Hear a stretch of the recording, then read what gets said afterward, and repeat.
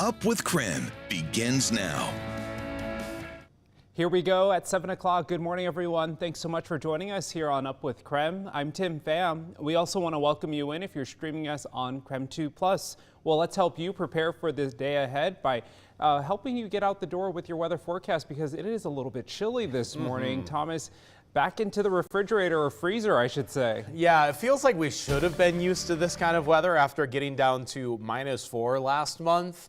But now that we got a little taste of spring, I think our bodies kind of let our guard down. So now that we've hit 20s again this morning, it has certainly felt all that much colder outside. Now that sunshine already helping, we're actually up a degree or two even in the last 30 minutes. We see that out of Coeur d'Alene as you jumped from about 28 to 30 degrees just in the last half hour here. So now that we got that sunshine, it should be uphill from here and very quickly as well. But remember, it's the clear skies overnight that get us this cold in the first place, and then the sunshine warms us up nicely. And we will have every single second of sunshine for today. Completely sunny day, but getting a little bit breezy this afternoon, but at least high temperatures will hit that 50-degree mark.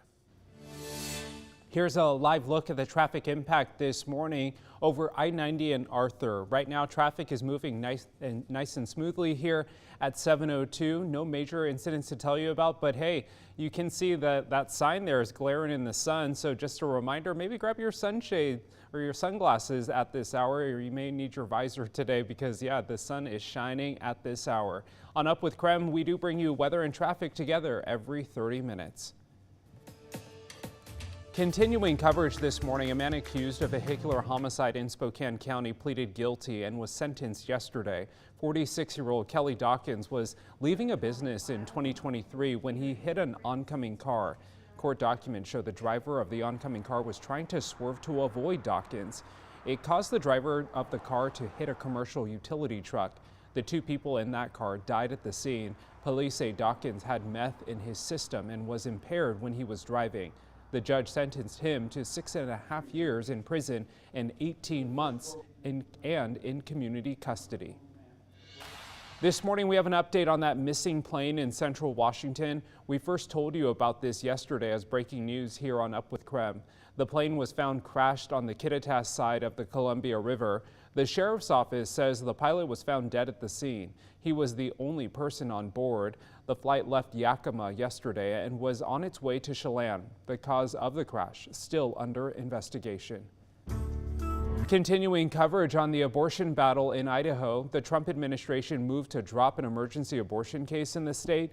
The Biden Justice Department originally filed the lawsuit arguing emergency room doctors needed to provide abortions to save the mother's life. The previous administration gave similar guidance to hospitals nationwide after the Supreme Court overturned the right to abortion in 2022. Abortion rights activists say they worry dropping these cases will make it harder to save lives.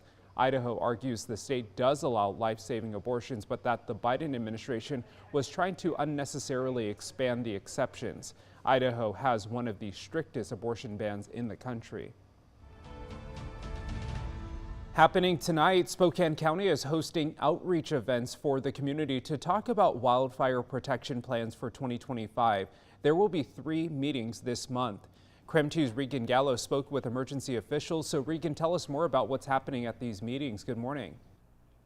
Good morning, Tim. Well, Spokane County emergency and fire agencies, the Department of Natural Resources, Avista Utilities, and Inland Power is hosting its first wildfire protection meeting tonight for the public in Spokane Valley. This is the first of 3 meetings, and it will take place at Center Place Event Center in Spokane Valley. They'll be discussing topics like fire risk across Spokane County.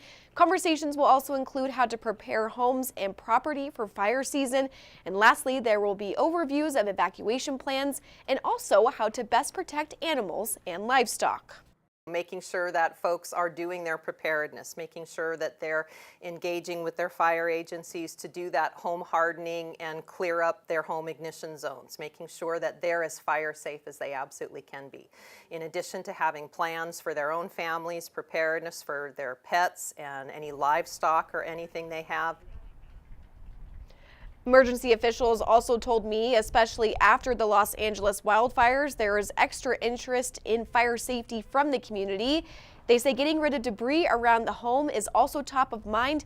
And another reason to attend these meetings, well, Avista Utilities will also be giving away trees as part of a conservation partnership. Now again, the first meeting is tonight at 6 p.m. at Spokane Valley at Center Place Event Center. March 8th will be the next meeting in Deer Park, and the final meeting will be on March 12th in the West Plains. More details will be on KREM.com, so come learn more about fire safety. Reporting in the newsroom, Regan Gallo, KREM 2 News. It's 7:06, and a look at our weather forecast where our temperatures are just now going to start to increase for the rest of the day, but we still find ourselves below the freezing mark at the moment. So a bit of some frost that might be collecting on the grass and some of the parked cars outside. Make sure to consider that on your way out the door this morning. It's at 30 degrees. Even I brought my earmuffs to work today, but at least the sunshine gets us well into the 50s for this afternoon. After taking 2 days off from the 50s, just in the upper 40s these last 48 hours, well, today we're back there, 53 degrees, and it's still uphill from here on out. Another excellent spring weekend ahead of us. Got another chance at 60 degrees for the second straight weekend, with Sunday now being the warmer of those next 2 days.